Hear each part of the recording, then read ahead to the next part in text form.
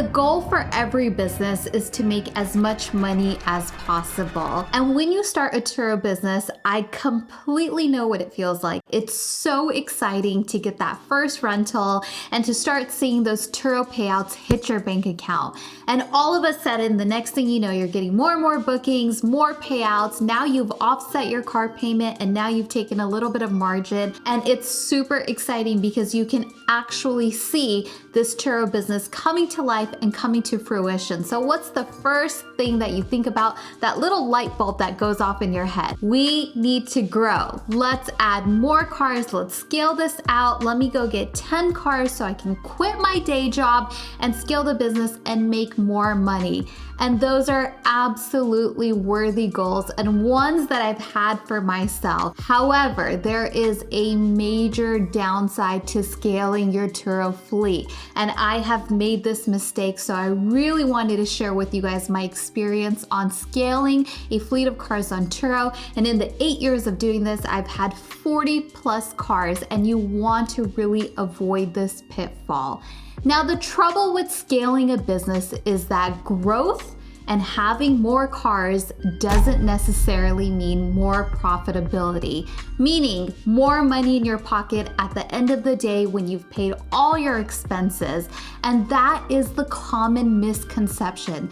In fact, I remember back in the day somebody telling me that more cars equals more money, period, point blank. And that was absolutely wrong and one of the biggest mistakes that I made, and I still regret that till this day, and I wish I would have done things differently. Now, in fact, it actually ends up being quite the opposite scenario, where the more cars you have, the less money you end up making. So how did I go from having 8 cars to 25 cars and making less money? Yes, this is a true story, and I'm gonna show you guys exactly why that happened and how you can avoid this mistake. Now, before I get into it, you can help me help out the YouTube algorithm by hitting that subscribe button. It would mean so much to me, and hopefully you guys appreciate the research and work that went in behind this video. Now, the number one reason why scaling your Turo business will make you less money is because the cost of borrowing to finance your vehicles goes exponentially up the more vehicles you acquire. And I'm gonna show you guys exactly how. Now, of course, there is one exception to that. There are so many of you out there that buy your cars all cash, which of course for you guys, if you find yourself in that position, then this is not gonna be a problem because you don't have to worry about interest rates and qualifying for multiple units, which becomes very, very difficult. But what we do know is that the majority of people, including myself, do not operate in that way. Most people don't have that much cash on hand to where they can buy multiple units with cash only. And of course, financing vehicles is a great way to leverage the bank's money and not yours. But you always want to do it in a way that makes financial sense. And this is where people lose the most money when they scale their Turo fleet. So I love this auto loan calculator on NerdWallet, and I'm gonna put the link down in the description below. But let's take a look at it and see what happens when you acquire multiple vehicles for Turo and how the cost of ownership goes exponentially higher. Okay, so to make this really easy to understand, we're gonna hypothetically think that a car is going to cost $20,000 and that you have pretty decent average credit. Now, some of you might be financing these cars personally, or you might be doing them under business, but either way, you are going to be leveraging your personal credit or the credit of your business. Now, let's say at today's interest rates, which are high, that the average interest rate for a new car, also stated by NerdWallet, is going to be around 4%.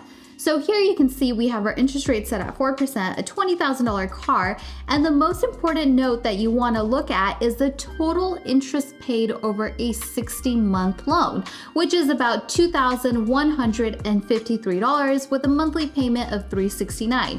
Okay, so you're thinking to yourself, not bad, no worries, I don't see where the issue is. So that's car number one.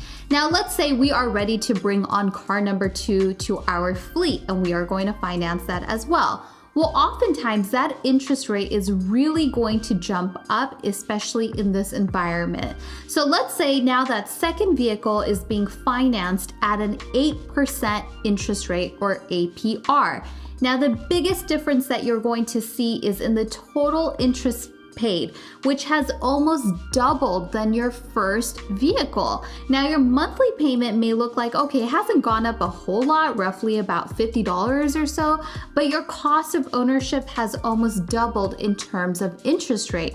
And now this is one of those things that kind of sneaks up on you as you end up in multiple units of vehicles. So let's say you end up getting a third car, and I'm not making up these interest rates. These are actually interest rates that I've seen.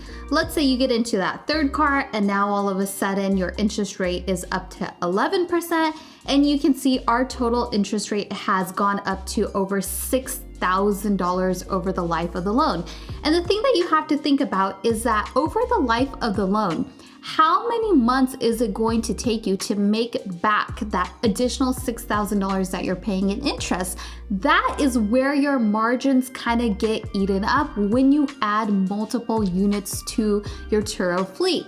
And imagine scaling this to 10, 15, 20 cars. Now that begins to add up extremely fast. Now, once again, I am going to put the link down to this a NerdWallet auto loan calculator in the description below so that you can play around with it, but this is typically what ends up happening. Now, you absolutely can scale your fleet. It doesn't mean that you can never scale your fleet and never turn a profit.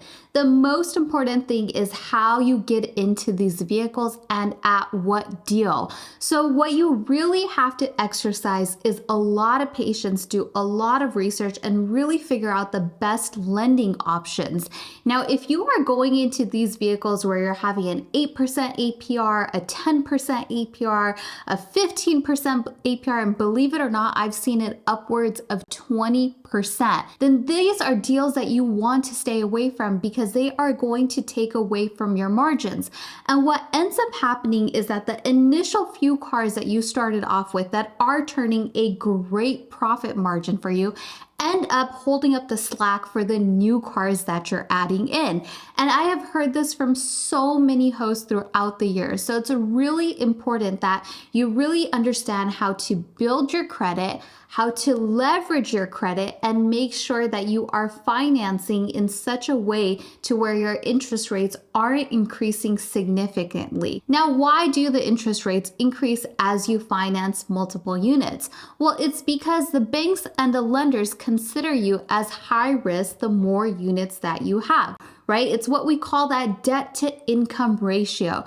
Because you are taking on more and more debt, your income ratio really starts to come down because of that.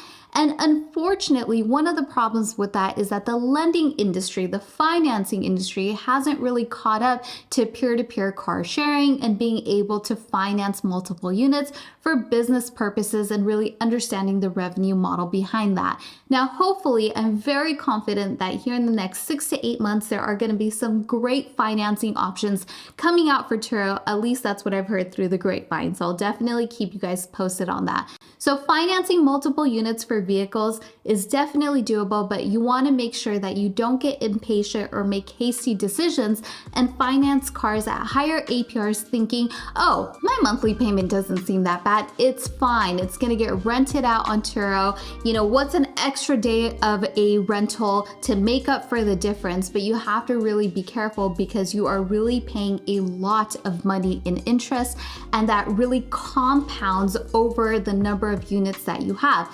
So that is exactly why when I went from 8 cars scaling up to 25 cars, I actually made a less profit margin on my vehicles for exponentially more work and more cars because the rate at which I was financing them got higher and higher, cost of doing business went up, and that led to less money in my pocket at the end of the day, which leads me to point number 2. which is your profitability goes down because your cost of doing business goes up, right? So everything from cleaning costs to maintenance costs and insurance increases as you scale. And so those are the factors that you really want to calculate before you go into adding additional units to your fleet, and make sure that you have the right lineup of cars and that you maintain that cost of doing business and you try to find the most efficient ways. Now, oftentimes what ends up happening is that people will scale to, 10, 15, 20 cars. Then they have to hire somebody, and then they have to find a place to store their cars, which all adds on to the cost of doing business. So you want to calculate these things before you go into purchasing more cars to make sure that you can justify adding more vehicles while maintaining profitability. So that is extremely important. Now, in just a minute here, I am going to share with you guys exactly how you can scale your Turo fleets and make sure that they continue to stay profitable and that you maintain your profit margins every time you add a new car. And the third reason why people end up losing money when they scale their fleets is because it's exciting. And I was exactly in this position. Once you get into that mode of acquiring cars, you feel like you're unstoppable and you get so excited about adding new cars, and you're just trying to get deals done. Any place that you can find someone who is willing to sell you a car, you are willing to take that vehicle so that you can add it to your fleet. Why? Because cash flow, right? Those Turo payouts continue to hit your bank account, and it happens so fast. Literally, you're getting payments every single day, boom, boom, boom, boom, boom, hitting your bank account, and that money is just piling up. But you're losing sight of the expenses that are coming with it. So you get caught up in the excitement of building out a fleet without thoroughly thinking through exactly the expenses that are coming with it. Because what typically people end up doing, and I'm guilty of it too, is that you scale your fleet and then you figure out what additional services, what additional expenses they're gonna be to maintain all the cars that you just added. And also what happens with that excitement is that you lose sight of the cars that perform well for your marketplace. You start doing less research in your marketplace. You stop figuring out which cars are performing well, which cars your renters are gravitating towards, and you're just simply trying to add cars to keep that cash flow going without stopping to really analyze your margins. And I get it. It is a super exciting process. But you end up in situations like I did, where I had a Chevy Silverado. Until this day, I don't know what I was thinking or why I got that car, other than the fact that I was just excited that the dealership was willing to sell me that car, that I got the financing for it, and I just wanted to close the deal, when there was no data that in Southern California, a Chevy Silverado would do well. I also ended up with a Mercedes-Benz E450, which was a complete loser for me, and a BMW 6 Series, which also did not perform well for me. And when I look back at the cars that were complete mistakes for me, all of them across the board were because I rushed the process. I didn't take a step back to really think about how well is this car going to perform in the marketplace versus how much it's going to cost me to own the vehicle so that I could list it on Turo. I didn't stop to analyze and do the math and kind of think through what happens 2, 3, 4 years down the line, depending on how you're acquiring these vehicles. How is depreciation going to affect you? What are kind of the pitfalls? Am I going to lose money on this? And sure enough, that's exactly what happened. My cars that I really did think through, and I did my market research, and I made sure that there was demand for them on the marketplace, ended up supporting these cars that were just kind of pulling the rest of the fleet down. So these are the mistakes that you really, really want to avoid, and you want to practice a lot of patience when it comes to acquiring multiple vehicles for your Turo fleet, because that is truly what's going to make you successful. Sometimes people just want to say, oh yes, I have 20 cars or I have 30 cars, but it doesn't matter the number of cars that you have. It's all about the profitability, and at the end of the day, day, how much of that profit do you get to keep for yourself in comparison to the time that you're putting into your business? And everyone has a completely different sweet spot based on what your goals are and what you are trying to accomplish. So never feel like that you have to have X amount of cars to make it look like you made it, because everybody's situation is completely different. Now, there is a very smart way to build out your fleet and to scale your Turo business so that you can achieve those goals. And the main thing that you need to do is find good lending. Now, there have been some amazing providers out there recently that are really trying to help stimulate and help the Turo economy grow. So there is a fantastic brand called Car Putty, and now Turo just came out with a new lending partner called Tenant that is lending and helping Turo hosts finance up to 6 EVs at a time. And what's amazing about these lending programs is that they are specifically working with Turo hosts and they understand the business models.